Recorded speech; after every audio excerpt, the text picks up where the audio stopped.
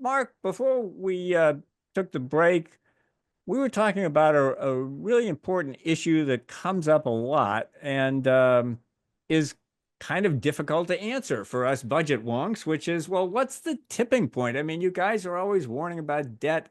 How much debt is too much debt? And it's really kind of difficult. It's not like there's a bright shining line, but you have made an important contribution to this literature, putting out a paper late last year talking about sustainable debt for countries, not just the U.S. but other countries. And so, what just to recap, what is your range, your danger range, and how does that apply in the U.S. and what debt do you count?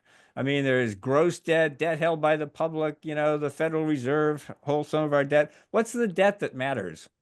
Well, the way I estimated it was using gross debt because that seems to be what the data is available for most countries. So that includes debt held by the government as well, not just debt held by the public. In the United States, that's at about 120% of GDP, whereas debt held by the public is about 100% of GDP. So that's the based on like the 36 trillion that everybody talks about now. That's the Yes, gross debt. exactly. Yes, because the GDP right now is like 28, 29 trillion. And that's exactly right. So that's the range of what we're talking about now. The estimate that I have based on that measure of gross debt is that the tipping point of the range is between 150 and 200 for the United States. For other countries, it's a little higher, mainly because they have other economic considerations.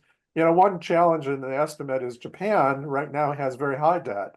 It's over 200% of almost 250% of their GDP. But Japan is a very different situation. They have a lot of debt that is used by their central bank for their foreign reserves and investments. And so it's not really a net number. It represents a gross number and therefore maybe not entirely comparable to our situation. The other consideration for Japan is they don't do a lot of foreign borrowing. They have a very, very stable saving and high savings rate. So they can hold more debt. They can issue more debt than we do. So just to circle back to the other model that you had of projecting U.S. debt and deficits, when would we hit that tipping point under your model? I haven't looked at it. It's a good question, and maybe I should have been prepared for that. Very good question.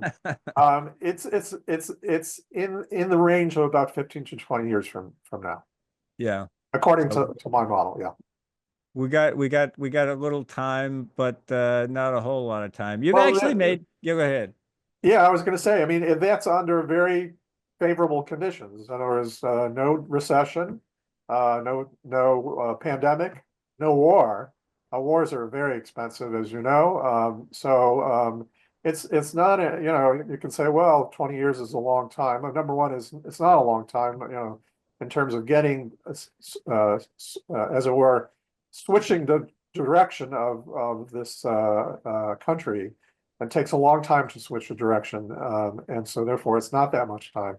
But the other thing is that it's not considering the other risks that are out there.